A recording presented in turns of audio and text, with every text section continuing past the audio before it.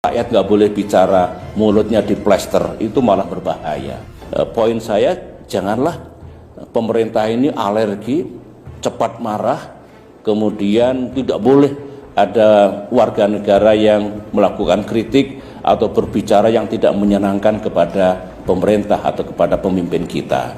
Sekaligus dalam hal ini kepada Pak Luhut Panjaitan, sahabat saya juga, mungkin harus mengurangi pemerintah ini mengeluarkan statement yang nadanya ancaman, ya.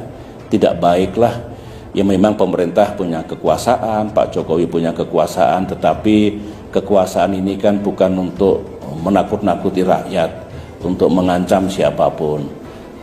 Kalau misalkan pemerintah ingin menyampaikan, sampaikan dengan baik, sangat bisa ditempuh cara-cara seperti itu. Jadi pesan saya adalah, atau harapan lah ya, kalau pesan dikira nanti berlebihan, harapan saya rakyat punya hak untuk menyampaikan kritik pandangannya, ketidaksukaannya kepada negara. Pemimpin itu kalau mendengar rakyatnya tidak suka, kadang-kadang perlu itu untuk introspeksi gitu ya. Jadi sekali lagi harapan saya, kalau saudara-saudara saya rakyat Indonesia yang menyampaikan kritik, ya kritik yang proporsional.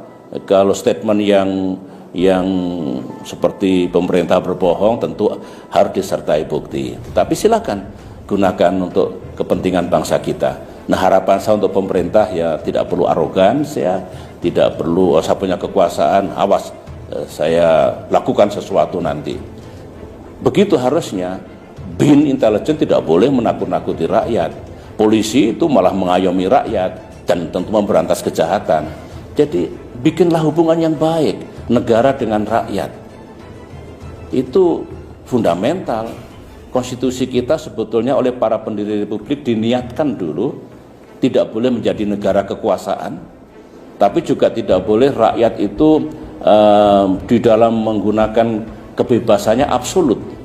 Ayo bareng-bareng, jangan kelewat batas. Kalau itu yang terjadi di masa depan ini akan baik. Dulu saya memimpin kurang apa? Dikritik, dihajar, dihujat, tapi pemerintahan saya tidak jatuh, ekonomi tetap 6%, demokrasi hidup, saya selesai alhamdulillah tepat pada waktunya.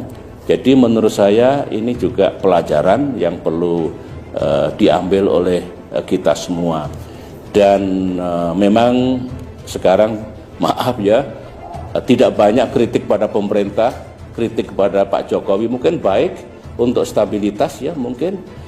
Tetapi saya dulu negara juga tidak jatuh meskipun dikritik habis-habisan. Cuma yang dulu mengkritik saya sekarang banyak diam, mungkin malu mengkritik mungkin. Tapi tidak apa-apa kok, asalkan ada takarannya. Ada takarannya, tidak kelewat batas dan jangan fitnah. Tidak boleh menfitnah presiden. Tidak boleh. Tetapi penguasa tidak boleh sangat arogan dan niatnya untuk melakukan pembungkaman terhadap rakyat yang ingin menyampaikan pandangannya. Bawa ajalah ke suasana kekeluargaan gitu. Meskipun hukum ditegakkan kalau sudah kelewat batas. Kalau sudah fitnah ya harus kita gunakan. Saya juga begitu dulu. Dikritik 1000 kali, dihujat ribuan kali. Saya masih sabar, tapi kalau fitnah mesti saya bawa ke ranah hukum. Terima kasih. Saya kira begitu dulu ya.